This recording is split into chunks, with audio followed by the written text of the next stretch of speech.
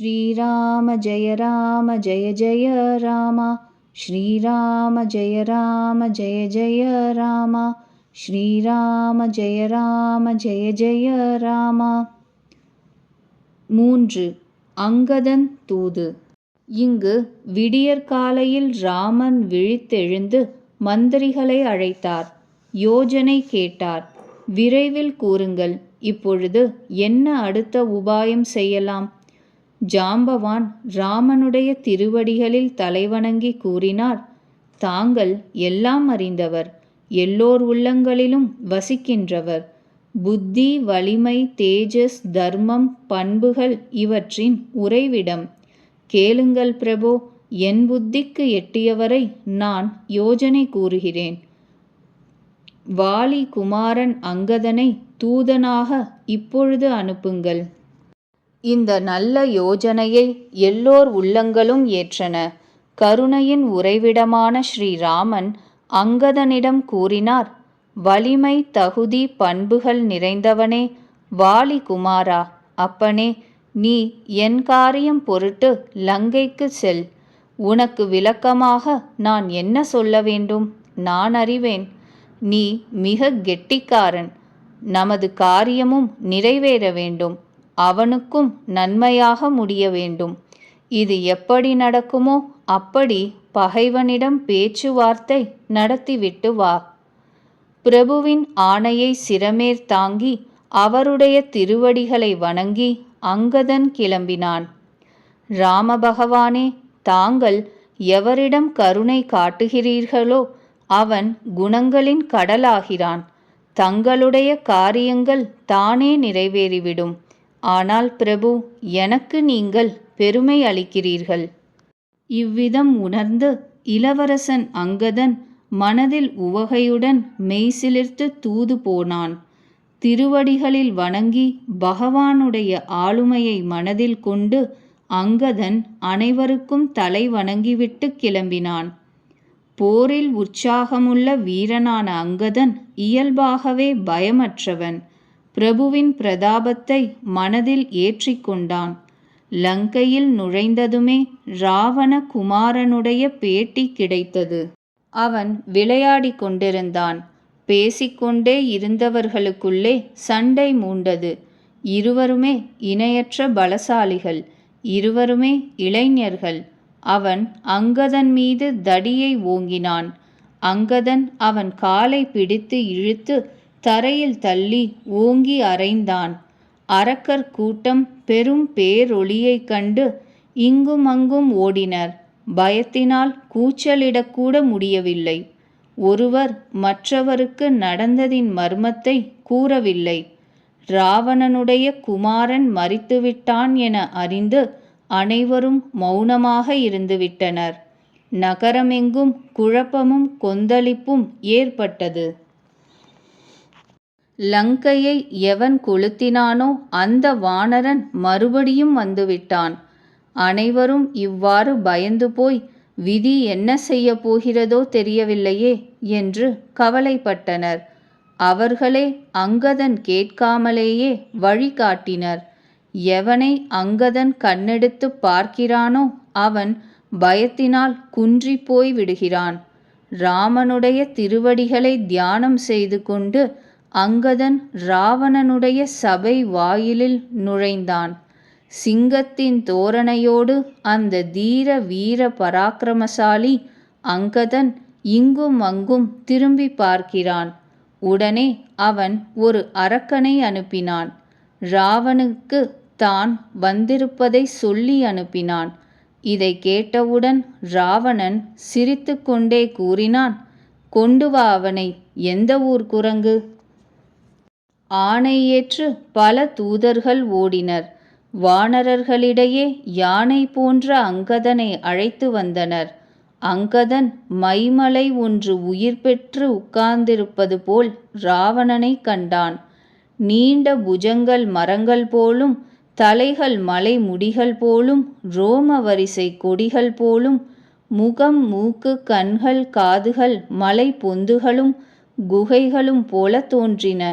மிகுந்த பலவானும் மதி கூர்மை படைத்தவனுமான வாலி குமாரன் அவையில் பிரவேசித்தான். மனதில் கொஞ்சம் கூட அதிரவில்லை. அங்கதனை பார்த்த உடனேயே சபையோர் அதிர்ந்து எழுந்துவிட்டனர். இதை பார்த்து ராவணனுக்கு கோபம் மிகுந்தது. அங்கதன் மதம் பிடித்த யானைகளின் கூட்டத்தினிடையே சிங்கம் புகுவது போல நடந்தான். ராம பிரதாபத்தை தியானித்து அவன் சபையில் வணங்கி உட்கார்ந்தான். ராவணன் கேட்டான், அட குரங்கே, நீ யார்? அங்கதன் கூறினான், 10 கழுத்துக்கள் உடையானே, நான் ரகுவீரனுடைய தூதன். என் தந்தைக்கும் உமக்கும் கூட முன்னர் நட்பு உண்டே, நினைவிருக்கிறதா? ஆகவே அண்ணா, உமது நன்மைக்காகவே வந்திருக்கிறேன். உமது குலம் சிறப்புற்றது என்று கேள்விப்பட்டேன். புலஸ்திய முனிவருக்கு நீ பேரனாமே. சிவபெருமானையும் பிரம்மதேவனையும் நீர் நிறைய பூஜித்திருக்கிறீராமே. அவர்களிடம் வரம் வேறு பெற்றிருக்கிறீராமே. எல்லா ஆசைகளையும் நிறைவேற்றி கொண்டிருக்கிறீர் போல் இருக்கிறது. லோகபதிகளையும் மற்ற அரசர்களையும் நீர் வெற்றி கொண்டவர்தாம். ராஜா என்ற கர்வத்தினாலோ அறியாமையாலோ நீர் உலகத்தாய் ஜெகன்மாதா சீதாதேவியை கவர்ந்து வந்து விட்டீர். இப்பொழுதாவது என் நல்ல வார்த்தை கேளும். ராமர் உமது எல்லா தவறுகளையும் மன்னித்து விடுவார். பற்களில் புல்லை கடித்து கொள்ளும், கழுத்தில் கோடரியை தூக்கி கொள்ளும். குடும்பம் மனைவியரை அழைத்து கொண்டு மரியாதையாக ஜானகியை முன்னிட்டு கொண்டு ராமனிடம் செல்லும். சரணடைந்தவரை காக்கின்ற ரகுவம்ச ரத்தினமே ராமா, என்னை காப்பாற்றுங்கள் காப்பாற்றுங்கள் என்று கதறிக்கொண்டே அவரை கேட்டு மன்னிப்பை பெற்றுக்கொண்டு உயிர் தப்பி வாழும் வழியை பார். அவரும் மனமிறங்கி உனக்கு அபயம் அளிப்பார். ராவணன் கூறினான், ஏ குரங்கு குட்டியே, அடக்கி பேசு. முட்டாளே, நான் தேவர்களுக்கு எதிரி என்பது உனக்கு தெரியாதா? டே தம்பி, உன் பெயர் என்ன? உன் அப்பன் பெயர் என்னவென்று சொன்னாய்? கூறு, எந்த வகையில் என்னுடன் நட்புரிமை கொண்டாடுகிறாய்? அங்கதன் கூறினான், என் பெயர் அங்கதன், வாலியின் புதல்வன். அவரை எப்பொழுதாவது பார்த்தீரோ? அங்கதன் பேச்சை கேட்டதும் ராவணன் வெட்கப்பட்டான். தெரியுமே, வாலி என்று ஒரு குரங்கு உண்டு. அட அங்கதா, நீதான் வாலி பிள்ளையா? அடே குலத்திற்கே கேடு விளைவிப்பவனே, நீ உன் குலம் என்ற மூங்கிற் காட்டிற்கு நெருப்பாக பிறந்து விட்டாயே. கருவிலேயே செத்திருக்க கூடாதா? வீணாக பிறந்தாயே. ஒரு தபசி தூதன் என்று தன் வாயாலே சொல்லிக் கொள்கிறாயே. இப்பொழுது கூறு, வாலி நலம்தானா? அவன் எங்கே இருக்கிறான்?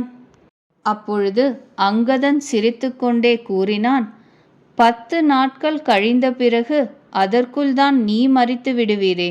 நீரே வாலியிடம் சென்று தன் நண்பனை மார்புறவு தழுவி நலம் விசாரித்து கொள்ளும்.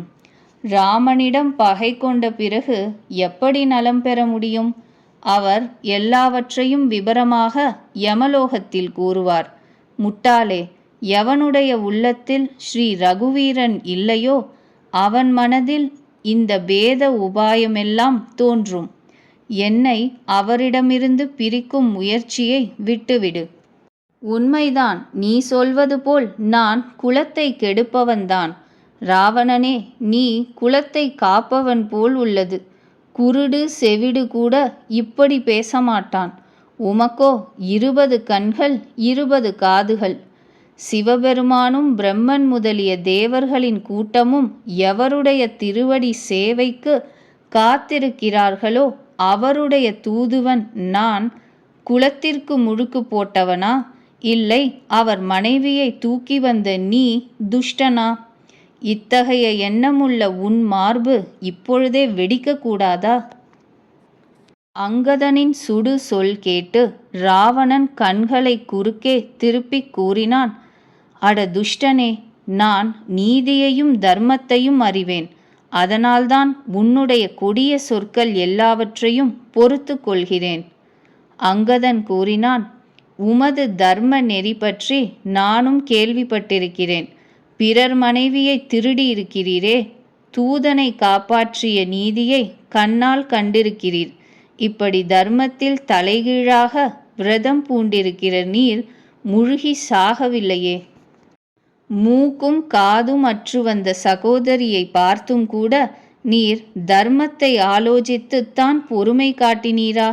உமது தர்ம நெறி உலகறிந்த விஷயம். நானும் உம்மை தரிசித்து பேறு பெற்றேன். ராவணன் மீண்டும் மிகவும் கோபப்பட்டு அரற்றினான். அட ஜட ஜந்துவே, குரங்கே, வீணாக குலைக்காதே. முட்டாளே, என் புஜங்களை பார். இவை லோகபாலர்களின் விரிவான வலிமை என்ற சந்திரனை விழுங்குகின்ற ராகுவாக்கம். மேலும் ஆகாயம் என்ற குலத்தில் என்னுடைய புஜங்களாகிய தாமரைகளில் சிவபெருமானோடு கூடிய கைலாசம் என்ற அன்னப்பறவை அமர்ந்து அழகு பெற்றது. அடே அங்கதா, கேள். உன்னுடைய படையில் என்னை எதிர்த்து நிற்கக்கூடிய வீரன் எவன் இருக்கிறான்? உன்னுடைய எஜமானரோ பெண்ணை பிரிந்த வேதனையில் பலகீனம் ஆகிவிட்டான். அவன் தம்பியும் அண்ணனின் துயரத்தில் தானும் உழன்று சோர்ந்து விட்டான். நீயும் சுக்ரீவனும் ஆற்றங்கரை மரங்கள், வேறற்றவர்கள். என் தம்பி விபீஷணனோ பெரிய பயந்தாங்கொல்லி. மந்திரி ஜாம்பவானோ கிழவன். அவன் போரில் என்ன செய்ய முடியும்? கட்டிடக்கலை நலனுக்கும் நீலனுக்கும் தெரிந்திருக்கலாம். அவர்களுக்கு போர் முறை தெரியுமா? ஆம், ஒரு வானரன் இருக்கிறான், மிகவும் பலசாலி. முன்பு வந்தானே, ஊரை கொளுத்திவிட்டு போனானே, அவன் பேர் என்ன?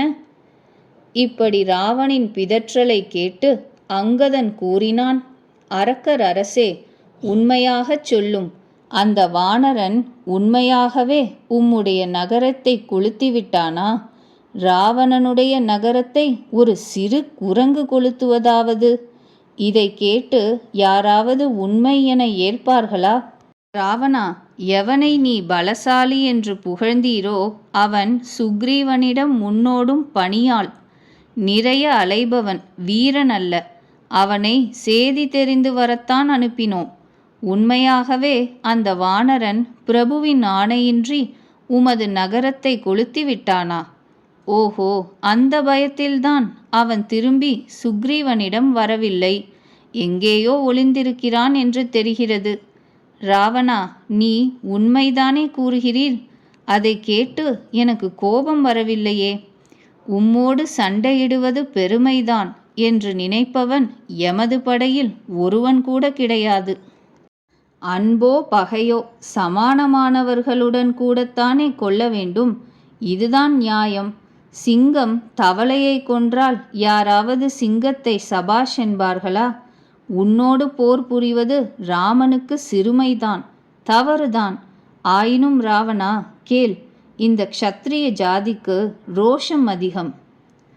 நையாண்டி என்ற வில்லில் சொற்களை அம்புகளாக தொடுத்து அங்கதன் எதிரியின் உள்ளத்தை பொசுக்கினான். வீர ராவணன் பதில் என்ற கிடுக்கியினால் அவற்றை பிடுங்கினான். அப்பொழுது ராவணன் சிரித்துக்கொண்டே கூறினான், குரங்குகளிடம் ஒரு பெரிய நல்ல குணம் உண்டு. குரங்கை எவன் வளர்க்கிறானோ அது அவனுக்கு பல முறைகளில் உதவி செய்ய முயற்சி செய்யும். குரங்கு நல்லதுதான். அதுதான் எஜமானனுக்காக வெட்கத்தை விட்டு ஆங்காங்கே நாட்டியமாடும். ஆடி குதித்து மக்களை மகிழ்வித்து எஜமானுக்கு ஹிதம் செய்கிறது. இதுதான் அவற்றின் இயற்கையான தர்ம சாமர்த்தியம். அங்கதா, உன் ஜாதியே எஜமான விசுவாசம் உடையது. ஆகவே நீ ஏன் உன் எஜமானின் புகழை இவ்விதம் வர்ணிக்க மாட்டாய்? நான் குணத்தை எடுத்துக்கொள்வேன். அதில் நான் மிகவும் சமர்த்தன். அதனால்தான் உன்னுடைய கடு சொற்களை காதில் போட்டு கொள்ளவில்லை. அங்கதன் கூறினான், நீர் குணத்தை கொள்வீர் என்று எனக்கு முன்பே அனுமான் கூறியிருக்கிறார். அவர் அசோகவனத்தை அழித்தவர், உங்கள் மகன்களை கொன்றவர், நகரத்தை கொளுத்தினவர். ஆயினும் நீங்கள் அவருக்கு ஒன்றும் தீங்கு செய்யவில்லையே. உம்முடைய அந்த அருமையான இயல்பை கண்டுதான் ராவணா நான் தைரியம் கொண்டேன்.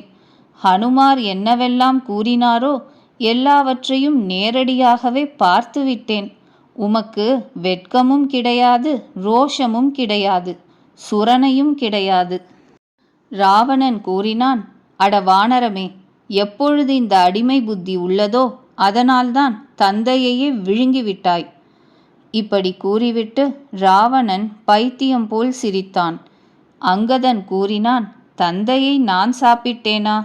அப்படியானால் உம்மையும் சாப்பிட்டு விடுவேன். ஆனால் இப்பொழுதுதான் திடீரென்று வேறு எண்ணம் என் நினைவுக்கு வந்தது. அட நீச்சனே, கர்வம் பிடித்தவனே, வாலியின் மாசற்ற புகழுக்கு நீ காரணமென்றுதானே உன்னை நான் கொல்லவில்லை. ராவணா, உலகில் எத்தனை ராவணர்களை பற்றி கேள்விப்பட்டிருக்கிறேனோ அவர்களை பற்றி தெரிந்து கொள். ஒரு ராவணன் மகாபலியை ஜெயிப்பதற்காக பாதாளம் போனானாம். அப்பொழுது அவனை குழந்தைகள் குதிரை லாயத்தில் கட்டி போட்டார்களாம்.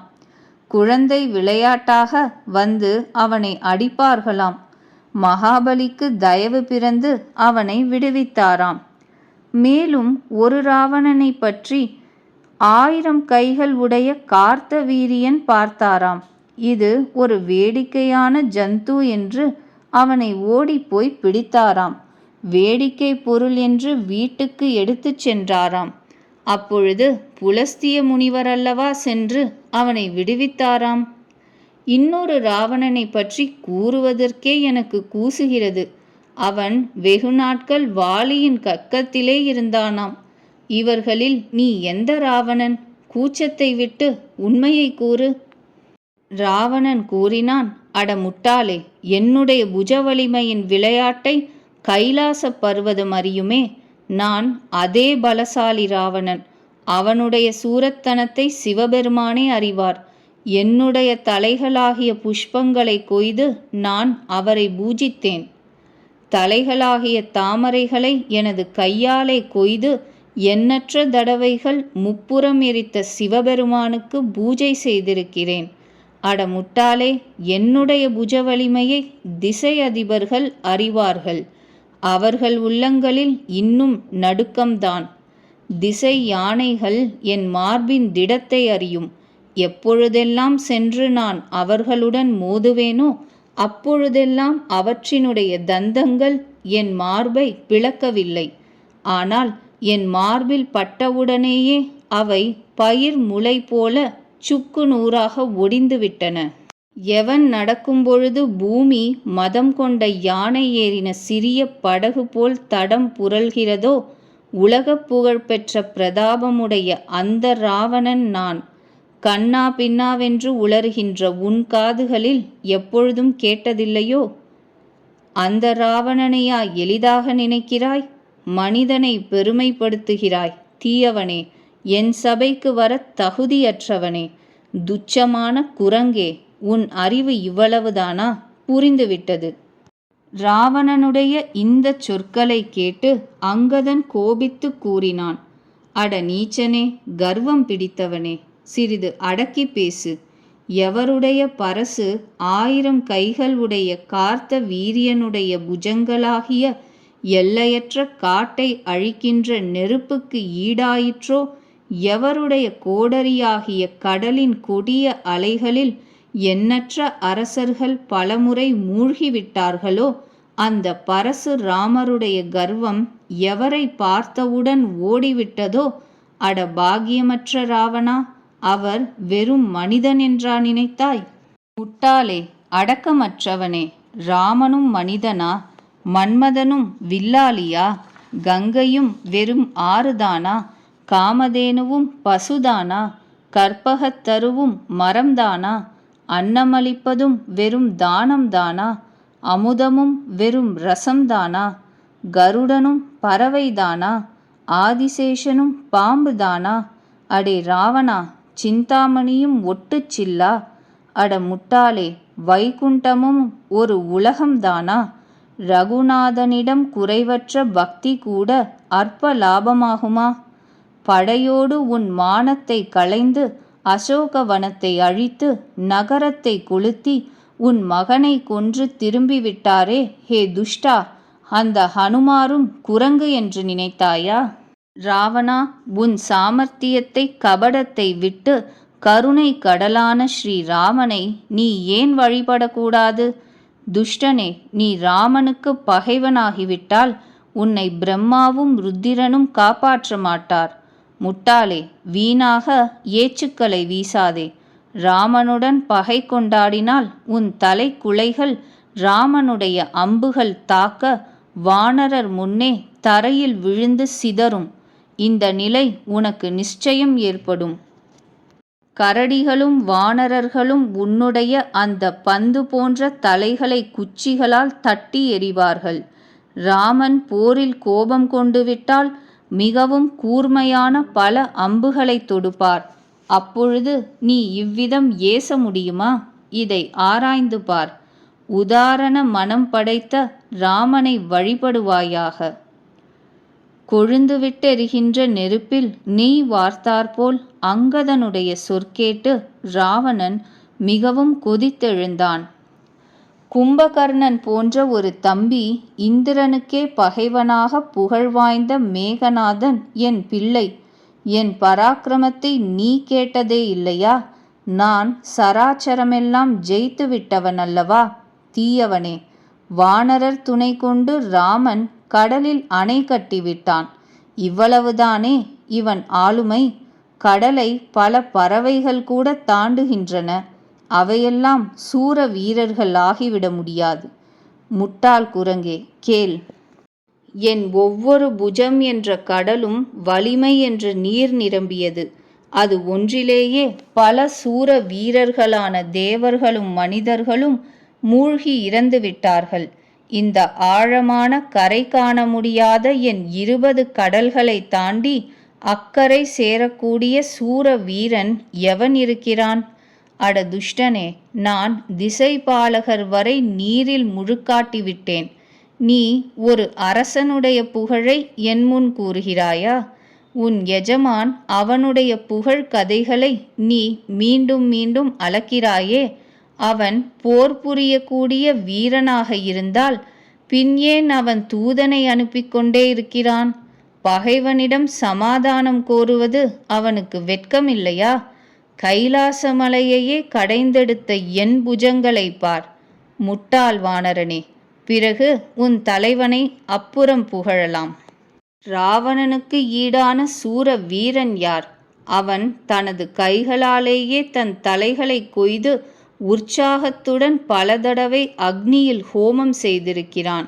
கௌரி மணாளனே இதற்கு சாட்சி.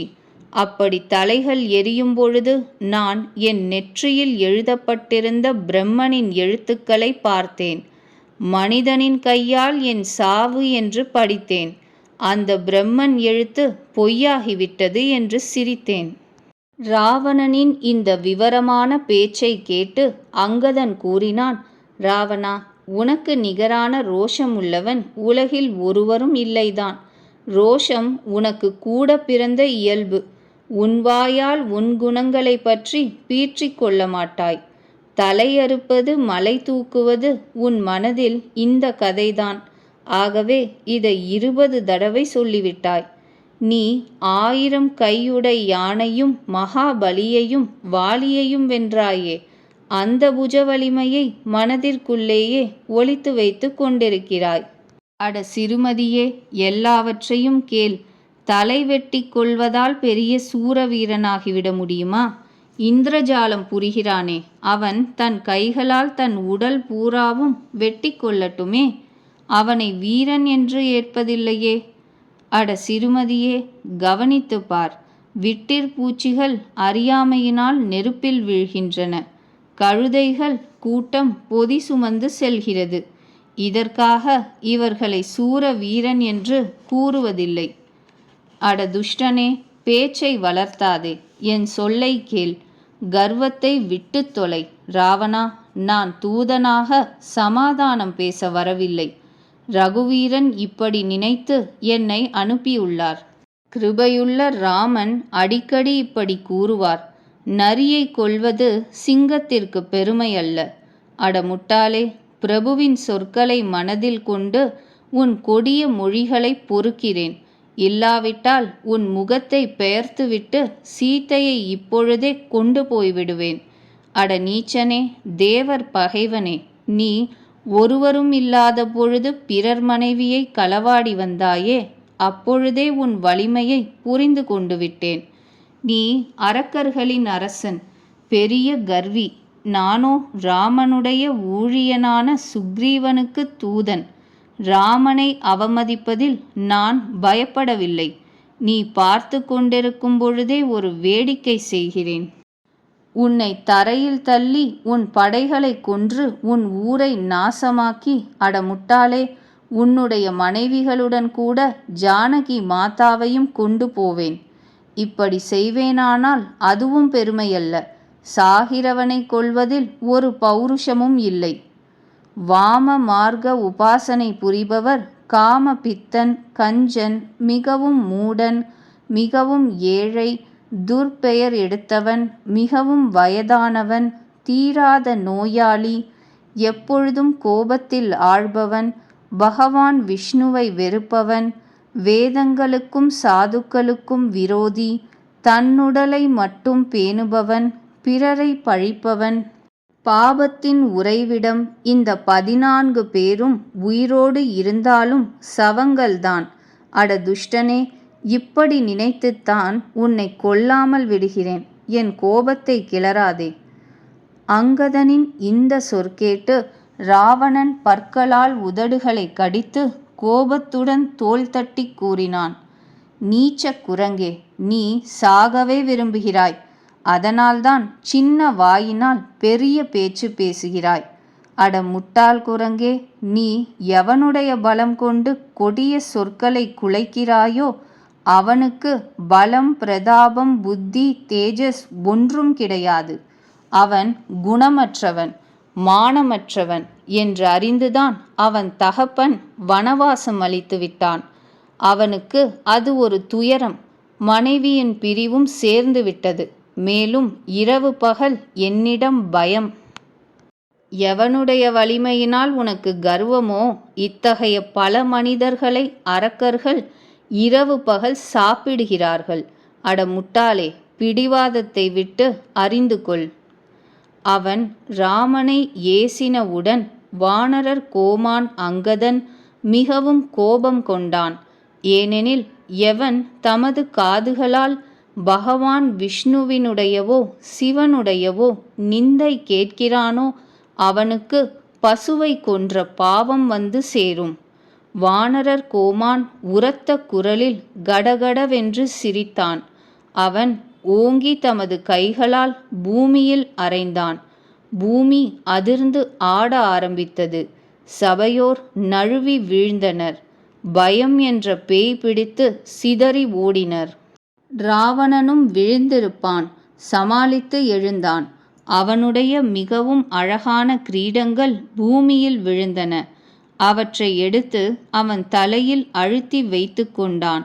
சிலவற்றை அங்கதன் எடுத்து ஸ்ரீ ராமபிரான் இருக்கும் இடத்தை நோக்கி வீசி எறிந்தான். கிரீடங்கள் பறந்து வருவதை பார்த்து வானரர்கள் ஓடினர். விதியே, பகலிலே கூட கொல்லிகள் விழுமா?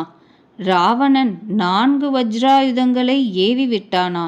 இவ்வளவு வேகமாக வருகின்றனவே. அதை பார்த்து ஸ்ரீராமன் சிரித்துக்கொண்டே கூறினார், மனதில் அஞ்சாதீர்கள். இது கொல்லி அல்ல, வஜ்ராயுதமும் அல்ல, வால் நட்சத்திரமும் அல்ல, ராகுவும் அல்ல. அப்பனே, இவை ராவணனுடைய கிரீடங்கள். வாலி குமாரன் வீசி எறிந்திருக்கிறான். வாயு குமாரன் ஸ்ரீ ஹனுமார் தாவி எழுந்து அவற்றை கைகளால் பிடித்தார். கொண்டு வந்து ராமனிடம் வைத்தார். கரடிகளும் வானரர்களும் வேடிக்கை பார்த்தனர். அவற்றின் ஒளி சூரியனது போன்று இருந்தது. அந்த கோபமடைந்த ராவணன் கொதித்தெழுந்து எல்லோரிடமும் கூறினான், குரங்கை பிடியுங்கள், பிடித்து நன்றாக அடியுங்கள். அங்கதன் இது கேட்டு புன்னகை புரிந்தார். ராவணன் மீண்டும் கூறினான், இவனை கொன்றுவிட்டு எல்லோரும் ஓடுங்கள். எங்கெல்லாம் கரடிகள் வானரர்கள் தென்படுகிறார்களோ அவற்றை சாப்பிட்டு விடுங்கள். பூமியில் குரங்கே இல்லாமல் செய்து விடுங்கள். போய் அந்த 2 தபசிகளையும் உயிரோடு பிடித்து வாருங்கள். அப்பொழுது இளவரசன் அங்கதன் கோபித்து எழுந்து கூறினான், உனக்கு வசைபாடுவதற்கு வெட்கமாயில்லை? வெட்கம் கெட்டவனே, குலத்தை அழிப்பவனே, கழுத்தை அறுத்து கொண்டு செத்துவிடு. என் வலிமை கண்டும் கூட உன் மார்பு வெடிக்கவில்லையா? பெண் திருடியே, கெட்டவழி செல்பவனே, துஷ்டனே, பாப குவியலே, சிறுமதியே, காமியே, ஜன்னி கண்டு பிதற்றுகிறாயா? துஷ்ட அரக்கனே, நீ காலனுக்கு வசமாகிவிட்டாய். இனி வானரர்களும் கரடிகளும் உன் கன்னங்களில் அறையும் பொழுது இதன் பயன் பெறுவாய். ராமன் மனிதனென்று கூறும்பொழுதே அட கர்வியே, உன் நாக்கு அருந்து விழவில்லையா? நாக்குகள் உன் தலைகளோடு கூடவே போர்க்களத்தில் விழப்போகின்றன. இதில் ஐயமில்லை. ராவணா, எவர் ஒரே அம்பினால் வாலியை வதைத்தாரோ அவர் எப்படி மனிதராவார்? அட கெட்ட பிறவியே, ஜடமே, 20 கண்களிருந்தும் கூட நீ குருடன்தான். சீ, நீ ஏன் பிறந்தாய்? ராமனுடைய பான வரிசைகள் உன்னுடைய இரத்தத்திற்கு தாகமுற்று இருக்கின்றன. இந்த பயத்தினால் கொடிய மொழி பேசுகின்றாய். நீச்ச அரக்கனே, நான் உன்னை விட்டு விடுகிறேன். உன் பற்களை உடைக்க என்னால் முடியும். ஆனால் என்ன செய்வேன்? ரகுநாதன் அனுமதி இல்லையே. உன்னுடைய 10 முகங்களையும் அறுத்தெறிய மாட்டோமா? உன்னை லங்கையை பிடுங்கி கடலில் மூழ்கடிக்க மாட்டோமா என்று கோபம் வருகிறது. உன்னுடைய லங்கை அத்திப்பழத்திற்கு நிகரானது. நீங்கள் எல்லோரும் அதற்குள்ளே புழுக்கள் போல பயமில்லாது வாழ்கிறீர்கள். நானோ குரங்கு. இந்த பழத்தை சாப்பிட எத்தனை நேரமாகும்? பெருமனது படைத்த ராமன் அனுமதி அளிக்கவில்லையே. அங்கதனுடைய யுக்தி கேட்டு ராவணன் புன்னகை புரிந்தான். அட முட்டாளே, நிறைய பொய் சொல்ல எங்கே கற்றுக்கொண்டாய்? வாலி கூட இப்படி என்னை ஏசினதில்லையே. நீ இந்த தபசிகளுடன் சேர்ந்து துள்ளி குதிக்கும் கன்று ஆகிவிட்டாய். அங்கதன் கூறினான், 20 கையாளனே, நான் உனது 10 நாக்குகளையும் துண்டித்து எரியாவிட்டால் கன்று குட்டிதான். ராமனுடைய பிரதாபத்தை தியானித்து அங்கதன் கோபத்துடன் எழுந்தான். ராவணனுடைய சபையில் சவால் விட்டு கால்களை அழுத்தி ஊன்றினான். மேலும் கூறினான், அட முட்டாள் ராவணனே, நீ என் காலை நகற்றிவிட்டால் ராமன் திரும்பி போய்விடுவார். நான் சீத்தையை தோற்றுவிடுவேன். ராவணன் கூறினார், எல்லா வீரர்களே கேளுங்கள். காலை பிடித்திழுத்து குரங்கை கீழே தள்ளி எறியுங்கள். இப்பொழுதே இது முடியட்டும். இந்திரஜித் முதலிய பல வலிமைமிக்க போராளிகள் ஆங்காங்கிருந்து உற்சாகத்துடன் எழுந்தனர். அவர்கள் முழு வலிமையும் கொண்டு பல உபாயங்கள் செய்து முண்டுகிறார்கள். ஆயினும் அங்கதனுடைய கால் விரல் கூட நகரவில்லை. தலையை தொங்கவிட்டு கொண்டு போய் தத்தம் இடத்தில் உட்கார்ந்து விட்டனர். காக்கபுஜண்டி கூறுகிறார், அந்த தேவ சத்ருக்கள் மறுபடியும் எழுந்து நகர்த்துகிறார்கள். ஆயினும் கருட பகவானே, எப்படி கெட்ட யோகிகள் சிற்றின்ப பற்றுள்ளவர்கள் அறியாமை என்ற பெரும் மரத்தை பெயர்க்க முடியாதோ, அதுபோல அங்கதனுடைய காலை எவரும் அசைக்க முடியவில்லை. கோடிக்கணக்கான போராளிகள், மேகநாதனுக்கு இணையான வலிமை உள்ளவர்கள் உற்சாகத்துடன் எழுந்தனர். அவர்கள் மீண்டும் மீண்டும் அசைத்து பார்க்கிறார்கள். ஆனால் வானரனுடைய கால் நகம் கூட நகரவில்லை. அப்பொழுது வெட்கத்துடன் தலை குனிந்து உட்கார்ந்து விட்டனர். கோட்டி இடையூறுகள் வந்தாலும் சாதுக்களின் உள்ளங்கள் நீதியிலிருந்து புரளுவதில்லையே, அதுபோல வானரனுடைய கால் தரையிலிருந்து பெயரவில்லை. இது கண்டு ராவணன் திமிர் ஓடிவிட்டது.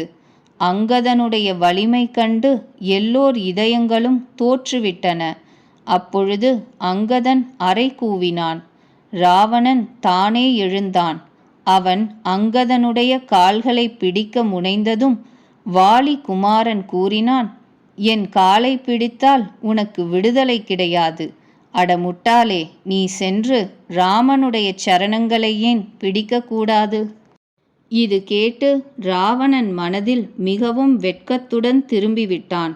அவனுடைய பொலிவெல்லாம் அகன்றுவிட்டது. நடுப்பகலில் சந்திரன் காணப்படுவது போல அவன் அவ்வளவு தேசிழந்து விட்டான். அவன் தலை குனிந்து சிம்ஹாசனம் சென்று உட்கார்ந்தான். எல்லா சொத்துக்களையும் இழந்து உட்கார்ந்தான் போலும்.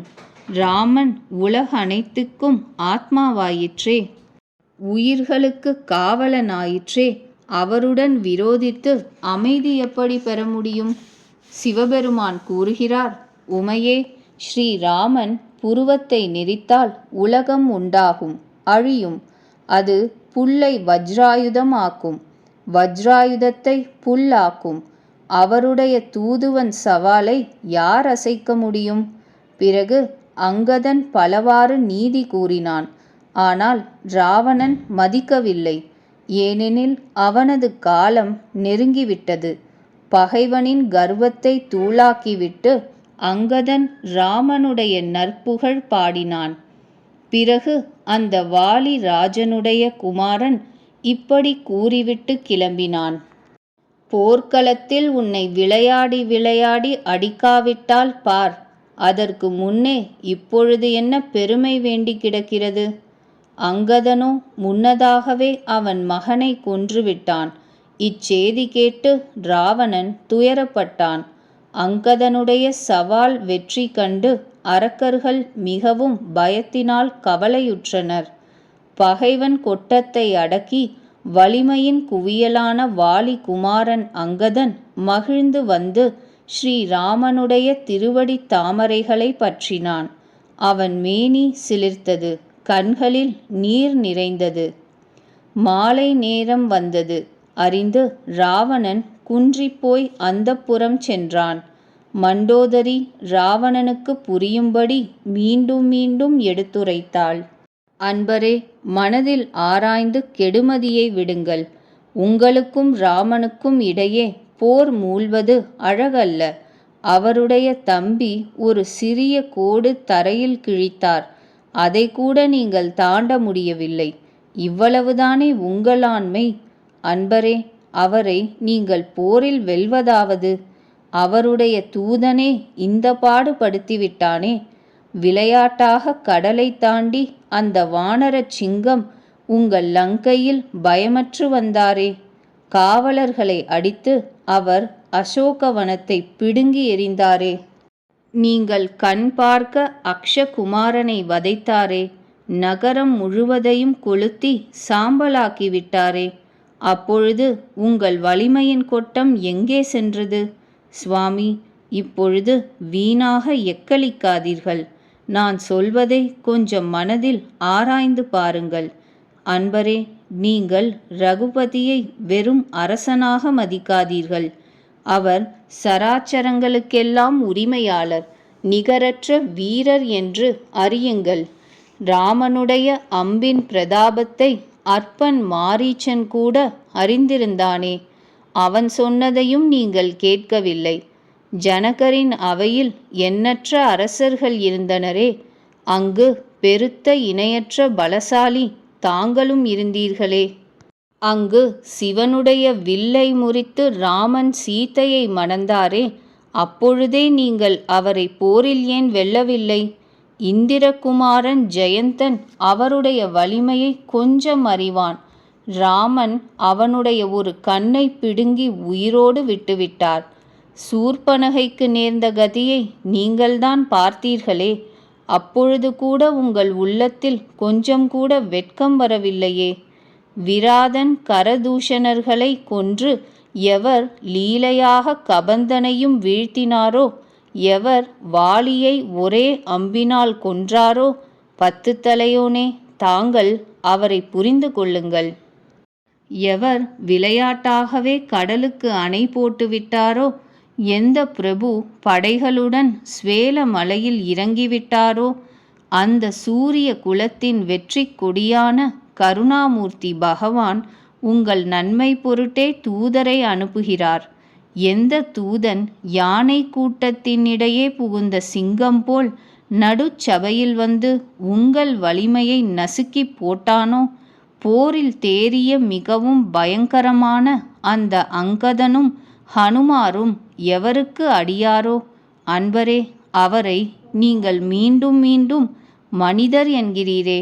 நீங்கள் வீணாக தற்பெருமை, மமதை, திமிர் சுமக்கிறீர்கள். அன்பரே, நீங்கள் ராமனிடம் வீணாக பகை கொண்டு விட்டீர்களே. காலனுக்கு முற்றிலும் வசப்பட்டு விட்டபடியால் உங்கள் மனதில் இன்னும் அறிவு பிறக்கவில்லையே. காலன் தன் கையில் தடியெடுத்து எவரையும் அடிப்பதில்லை. அவன் தர்மம், வலிமை, புத்தி, சிந்தனை இவற்றை கவர்ந்து போய்விடுகிறான்.